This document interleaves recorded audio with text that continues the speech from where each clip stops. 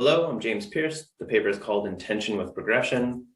It presents three concepts: prefiguration, progression, and friction. And these concepts help us understand how speculative design, critical design, and other frictional designs work, and how they work in relation to conventional progressional designs.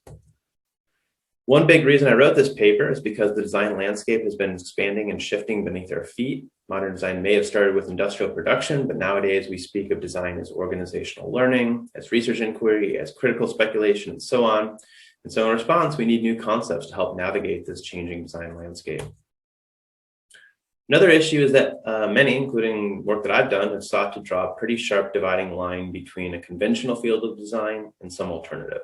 This can be very useful, but it's also led to confusion, conflict, and disciplinary constraint in certain regards.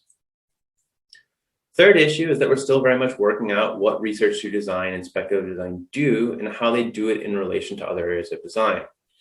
One pattern I've become really fascinated with are these not a product disclaimers, where authors of HCI RTD publications explicitly distance their work from conventional product development or R&D.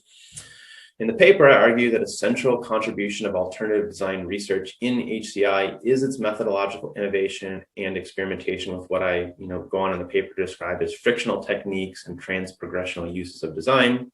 And overall, I think we should really embrace this more so internally and continue to work to describe and explain this externally to others. So onto the concepts. The key theoretical question here is, how do alternative designs work and how do they work in relation to conventional designs? The 10-second version is that conventional designs are progressional, alternative designs are frictional, and all designs are prefigural. Prefiguration is the idea that all designs are partial actualizations of possible futures. It's basically a way of grasping design foremost in terms of possibility. Simple way to see prefiguration is with a sketch. Sketches are unfinished, gesturing towards something more complete, yet we also grasp them as things. A sketch can be unfinished while at the same time prefiguring something as yet unfinished. One key implication here is that before we're going to position design as, say, problem solving or preferable change-making activity, we must first grasp designs fundamentally as possibilities. Second implication is that we can, and we often do, design things that saliently lack productional intent, viability, or desirability. And here we need to look no further than design's long, rich history of speculative and critical design work dating back to at least the 1920s. The concept of progression is a more rigorous and precise way of understanding what we mean when we casually refer to so-called real-world design or practical design or solutions-oriented design.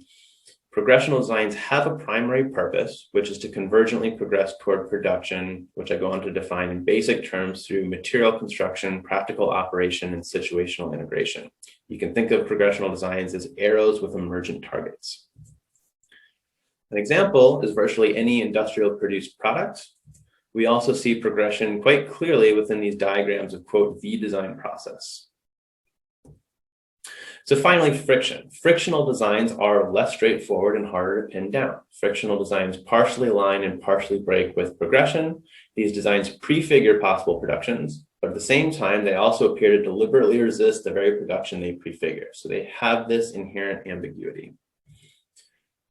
We can grasp friction in its more salient varieties, like Caterina Camprani's uncomfortable chairs, which sort of revel in friction for friction's sake, as well as more subtle forms like Durrell Bishop's marble answering machine, which have remained prefigural sketches, yet represent celebrated prefiguration of tangible interaction design more broadly.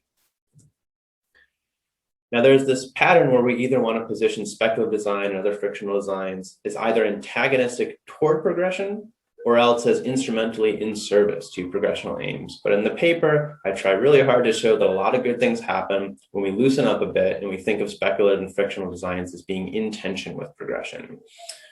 So rather than always trying to position design in terms of a function or a purpose or some other rigid category, I propose grasping speculative designs in terms of their frictional tendencies. And in the paper, I sketch out 5 such tendencies. Finally, I will leave you with what some might think a radical proposition and to others might just sound like business as usual, which is that design research and RTD do not need to primarily inform progressional professional design practice. Our task, I think, is to continue to demonstrate frictional techniques for and transprogressional uses and values of doing so, and to really grapple with questions of how and why our work is, quote, not a product.